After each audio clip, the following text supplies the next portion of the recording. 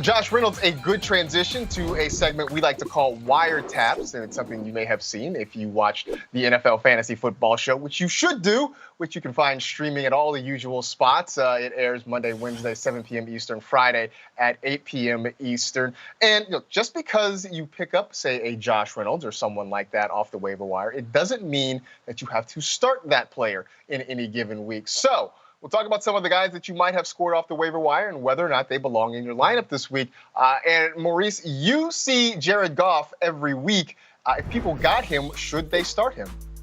I think you should. Jared Goff has a very favorable schedule down the stretch. Now, you're going to look at the Cardinals and say, I don't know. Well, Jared Goff plays well against the Cardinals. The Rams, as a whole offense, play well against the Cardinals. Then he has the Patriots, who play a ton of man, and they need to get back there. But then after that, it's the Jets and then the Seattle Seahawks. And so he has a favorable schedule down the stretch. And if you're streaming quarterbacks, he may be a guy that can lead you and win you a championship. The Jets are allowing the fourth most fantasy points per game to quarterbacks, and then the Seahawks are allowing the most fantasy points per game to quarterbacks. So Jared Goff, make me right.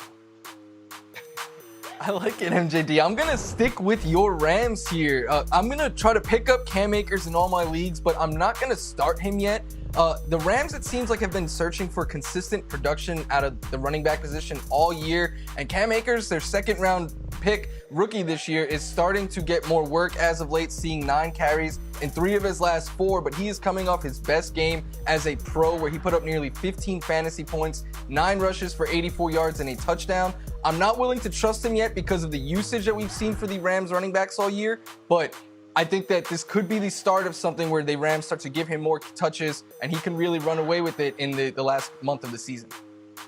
It feels like just a matter of time with Cam Akers. And I want to go back to a player that MJD was talking about not too long ago, Jacoby Myers. I'm not only picking him up this week, I'm going to start him. He's had at least 10 fantasy points in 5 out of his last 6 games. I think this is a really good opportunity. It goes back to something that Marcus was talking about, why he has Cam in his daily lineup.